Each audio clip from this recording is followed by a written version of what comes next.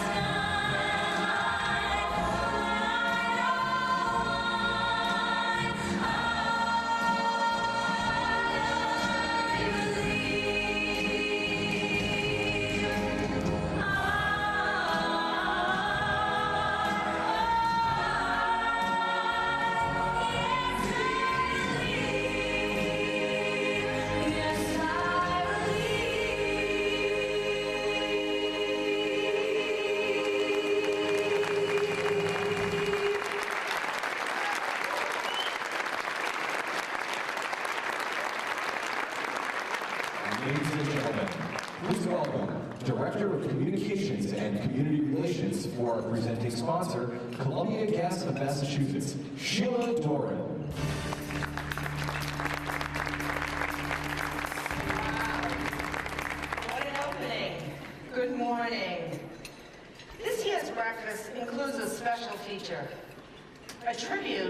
our emergency first responders.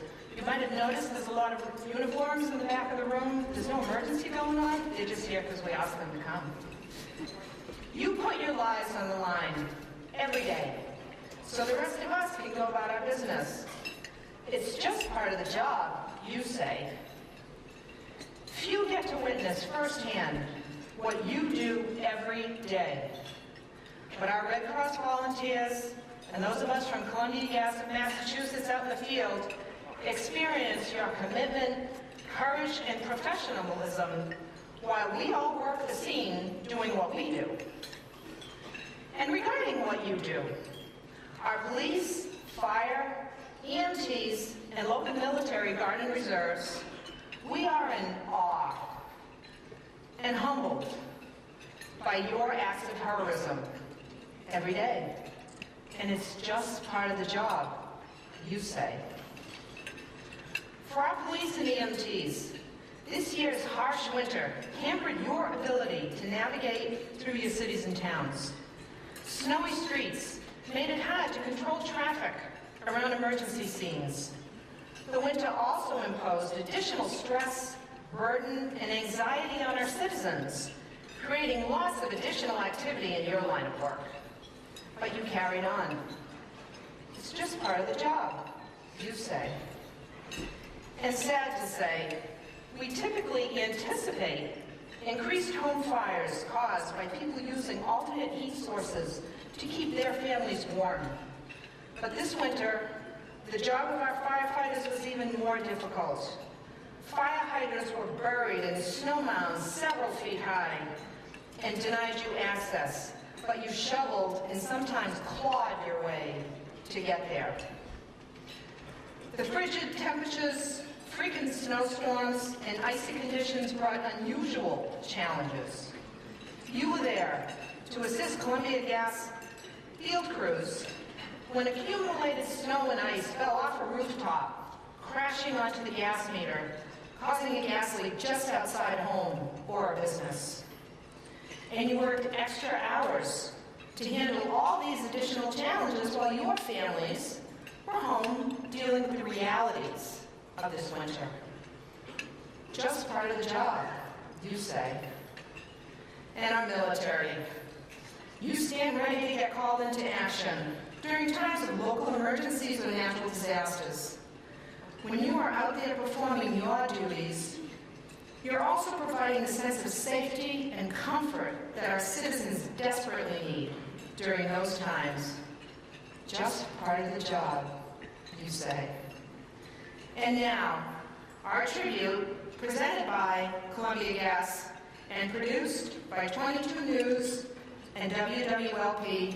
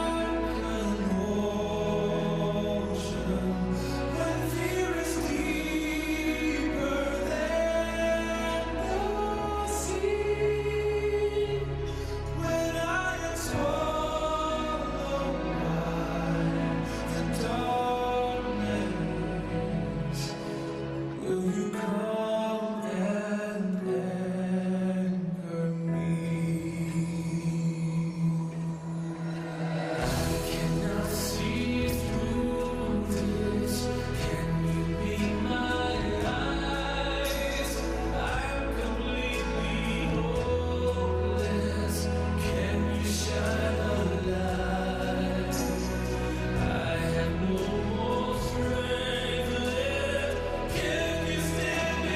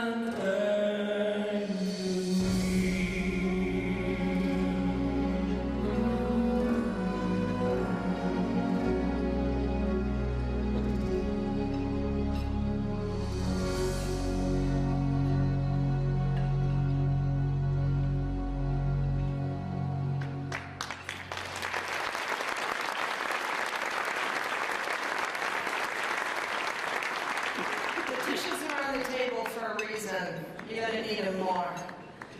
And ladies and gentlemen, 22 news anchor and reporter, Laura Hutchinson. Hey, Laura. Good morning. I know that it's easy to get frustrated when you see police and fire have blocked off the street that you need to get to work on time, because now you're going to be late. Or when sirens wake you in the middle of the night, because now you're going to be exhausted for work in the morning. It's so easy to get caught up in our own busy lives that we forget what's really going on around us. We forget that the sirens are a team of people rushing to help your neighbor who's just had a heart attack. And the road that you need that's blocked off, it's making the area safe for those who have just been in a terrible car wreck. Flashing lights and sirens are the sights and sounds of someone else's day falling apart. And the people inside the cruisers and trucks are the first responders working to prevent it from getting any worse. Now, I know that this has been a difficult year given recent events involving police in other parts of the country. I know it's controversial, and it has divided a number of communities. But I think what brings us all back together is we can all agree life is precious. The life of that mother who was just in the car accident. The life of a teenager walking home from school. The life of the first responder, the firefighter running into the burning building. And the life of the police officer responding to an active school shooting. Each year, Springfield police officers invite officers from other police departments to bike with them across the state. It's called the Ride to Remember. Now, they don't do it for the recognition or to prove that they're in better physical shape than you or me. I know because I had the pleasure of biking with them last year. And I can tell you, most of us are struggling by the end and devouring sandwiches like they were going to walk away from us if we didn't eat them quickly. No, they bike from Springfield to Boston to pay homage to their brothers and sisters killed on the job. The Kevin Ambroses, the Jose Torreses, and the Sean Colliers, who left their families for work one morning, expecting to return that night, and never did. To let them know, and their families know, that their sacrifice hasn't gone unnoticed and will never be forgotten. It is unrealistic to imagine a world without any kind of violence, fires, accidents, or health complications, which is why we need a society filled with people who want to help others. And on top of that, we need our first responders. They are the backbone of our community. They are there for us on our darkest day. We keep them past their scheduled shifts and away from their families in order to see our problems through. And rarely in that moment do we stop to even consider what kind of day they're having or what sort of tragedy they've already witnessed.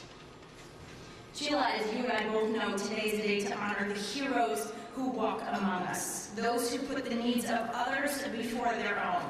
Some of them are quick-thinking citizens, others are those who have made a career out of it. And you are so right, Laura. Before we begin honoring today's hometown heroes, which is why you all came here today, we salute our emergency responders, our everyday heroes, because every day you go to work, willing to put your life on the line and never seek recognition, because it's just part of the job, you say.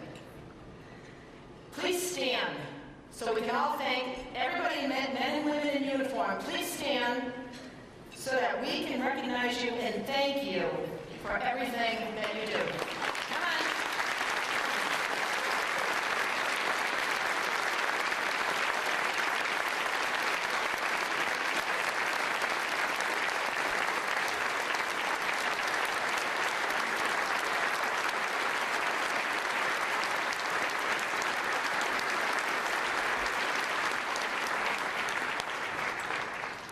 You know, one question that I've asked the most out in the community, and I know that my colleagues here can relate to this, is the question, why don't you ever report on any good news? Isn't there anything positive you can report on?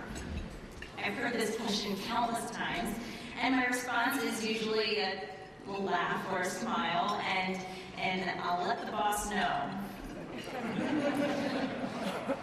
Then when I get in my car, I think about it, and I feel so grateful that good news isn't so rare in our area that it actually has to be called news. There are a lot of good people doing a lot of really good things, but I do agree it would be refreshing to highlight it a bit more often. And that is what we get to do here today. So thank you to the American Red Cross, not only for all the good that you do in our community, but also for organizing an event like this that gives us the chance to recognize some of the helping hands being offered, the bravery and the kindness that exists right here in Western Massachusetts. It is what makes us great. And on behalf of 22 News, thank you to today's heroes, our military, and our first responders for being you and inspiring us all to be better neighbors. Thank you, Sheila, Columbia Gas, and of course, above all, the American Red Cross for inviting 22 News and WWLP to be a part of this special tribute and this special day year after year. It is our honor. Thank you so much. Enjoy your morning. Thanks, Laura. Ladies and gentlemen, Executive Director of the American Red Cross of Western Massachusetts, Kim Goulet.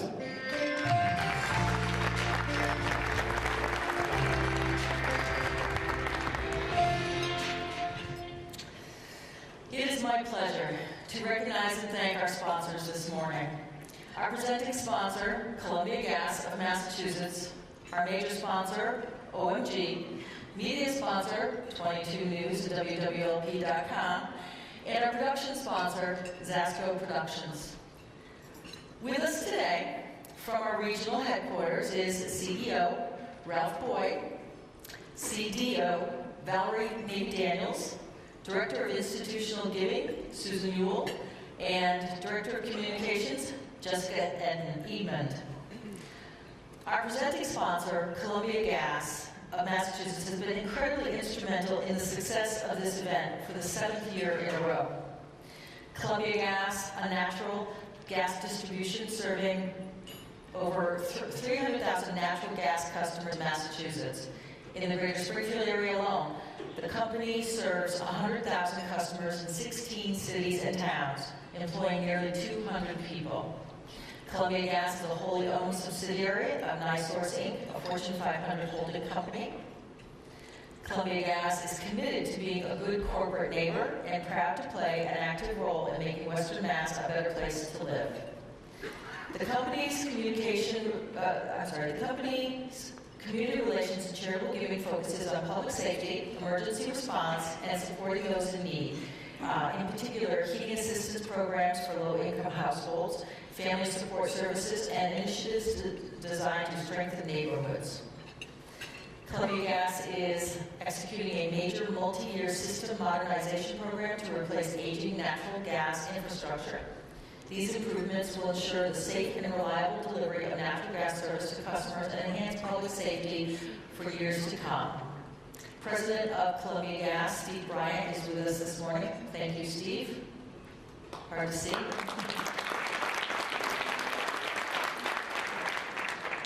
Another great corporate friend is OMG Incorporated of Agawam. Their support throughout the years has been significant in so many ways. I would like to recognize CEO Hubert McGovern, who is here this morning as well, and their Human Resource Director, Sarah Corrigan, who is chair of our Western Mass Board of Directors.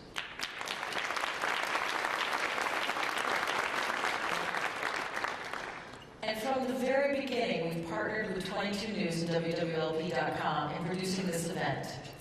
They provide the television coverage you've seen leading up to this event, what you'll see today and later tonight on their newscast, and they're also streaming this event live on the internet on wwlp.com. President and General Manager Bill Pepin is here today. Thank you for your continued support, Bill.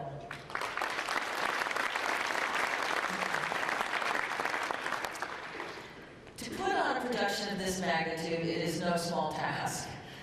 It simply wouldn't be possible without the generous support of time and talent from our production sponsor, Zasco Productions, and its president, Red Cross board member, Michael Zasky. Thank you, Michael.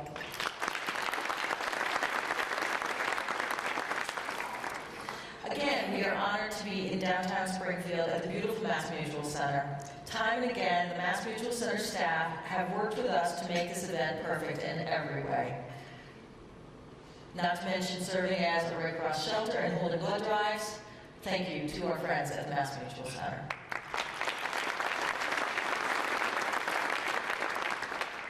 In addition, a thank you to Center Plate Catering for their attention to every detail this morning. The breakfast was delicious. This morning, we are welcoming Eversource to the team of great companies that support our Hometown Heroes Breakfast. Thank you to Eversource for their partnership and sponsorship of our program book this year. Every year, the business community is a key component in our event. It simply wouldn't happen without them. Please take a look through the program book for a complete listing of the generous corporate sponsors and friends who have made a contribution to help us recognize our heroes. And the Republican and Mass Live are back with us again this year as our print and digital media sponsors. As a daily newspaper website that cover the people, places, and events that make up the communities of Western Mass, they recognize the importance of the Red Cross and all it does to help victims of disaster on a daily basis. I am delighted to introduce Allison Werder, president of MassLive.com and board member of the American Red Cross of Western Mass.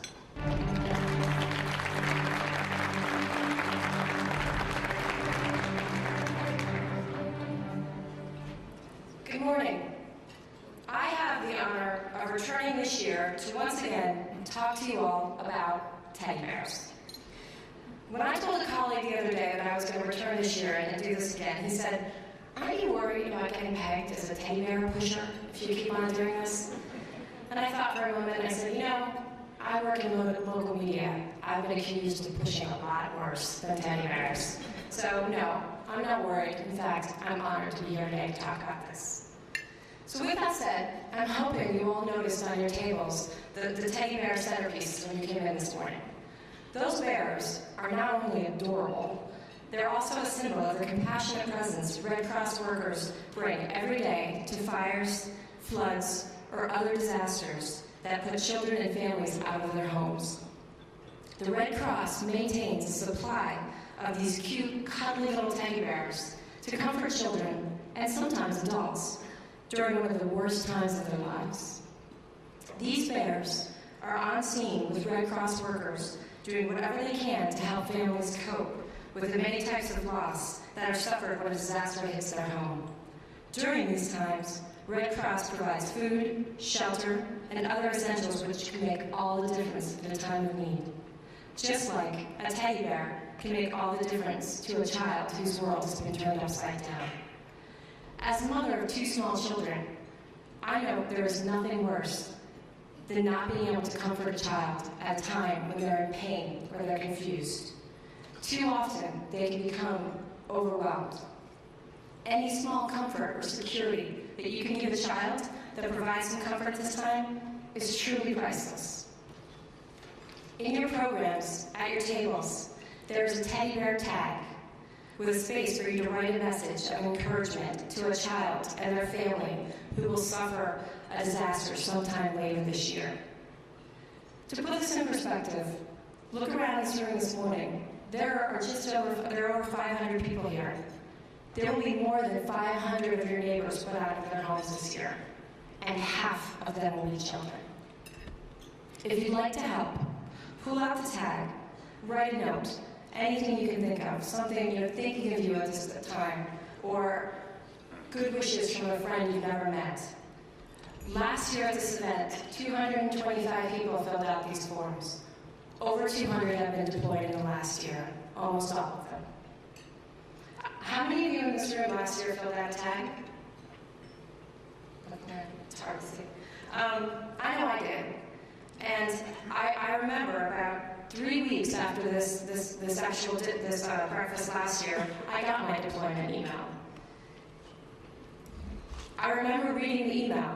It was a two-family home in the Liberty Heights. I saw it on Mass Live that morning. It was what Commissioner Conant called a total loss. 18 people lost their home that day. 7 of them were children. I see these stories all too often. We cover them on Mass Live. I read them in the Republican.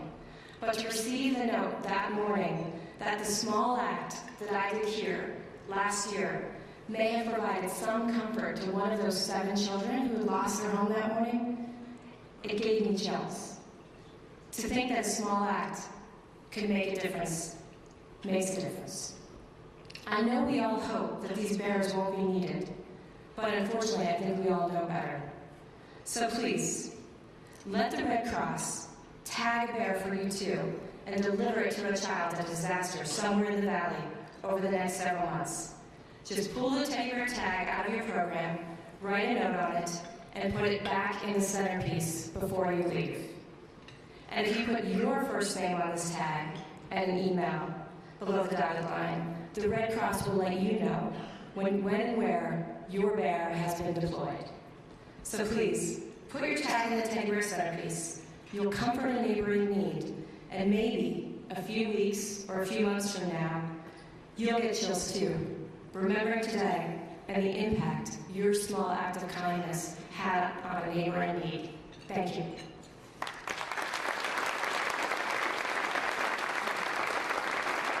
Our next performer recently returned from New York City, where she was the first place winner of Amateur Night at the Apollo Theater. Ladies and gentlemen, please welcome Miss Lauren Beluzzo, accompanied by Dan Kane.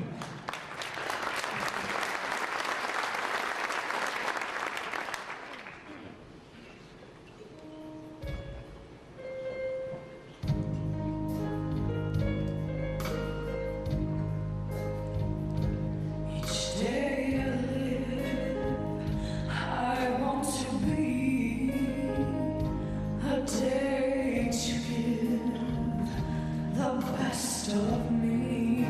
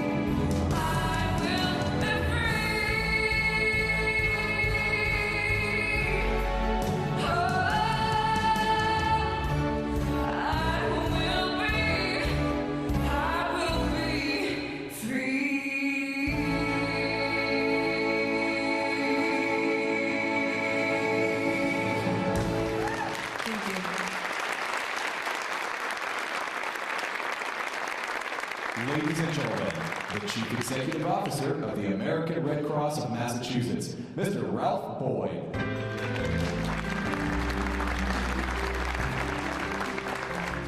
Wow, thank you, Lauren, for warming up the stage for me this morning.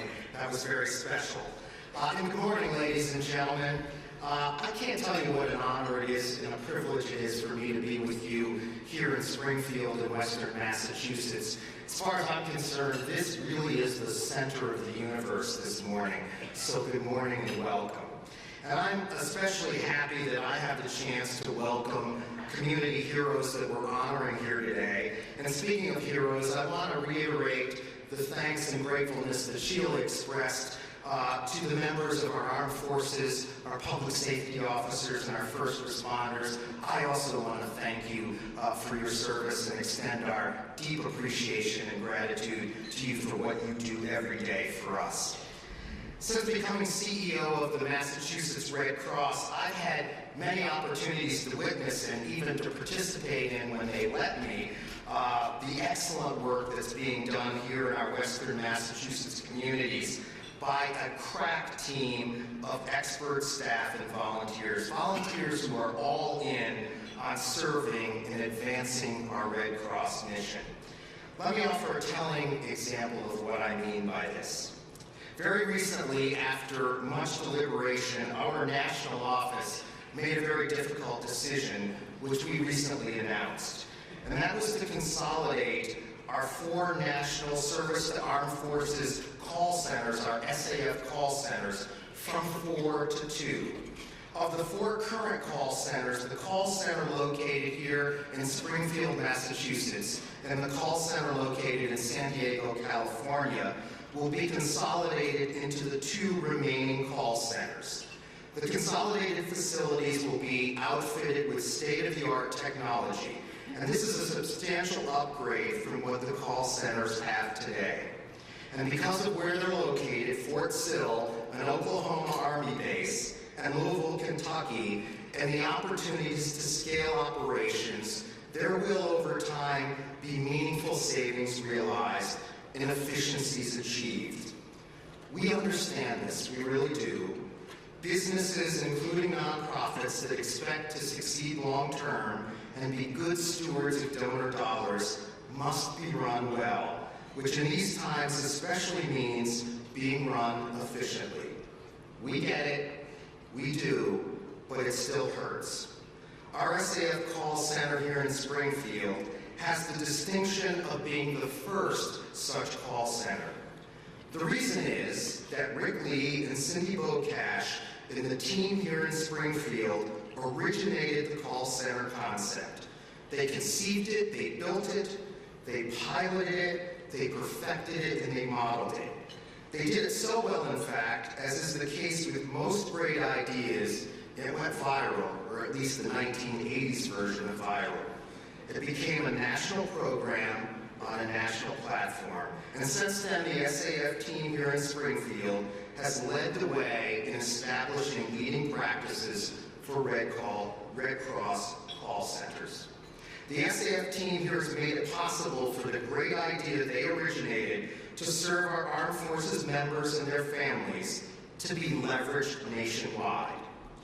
That's a legacy that no consolidation can ever take away.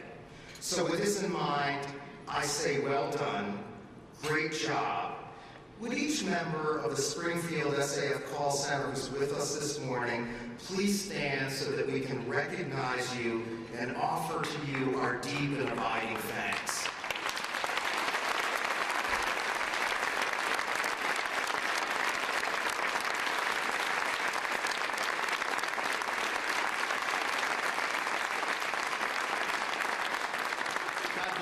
Each and every one of you, and we are so grateful to you. Now allow me, if you will, to say something heartfelt about our Western Massachusetts Red Cross volunteers. We all know that it's been a taxing winter here in Massachusetts, and it's especially been taxing in the Eastern Massachusetts communities. And let me say this, we could never have come close to fulfilling our mission without the Western Massachusetts disaster teams and volunteers helping us do what we've been called upon to do, which is staffing and operationalizing community shelters, cooking and canteening for teams charged with snow removal, and serving families displaced by fires, floods, roof collapses, and even explosions. They helped save us back east and put in endless hours to do it. Friends, we at the Red Cross are in the life-saving and life-soothing business, and our volunteers or donors are how we do it. You allow us to be excellent and to leverage that excellence in service to our communities, and we thank you for it. At this time, I'd like to recognize all the volunteers in the room. Would you please stand and allow us to thank you?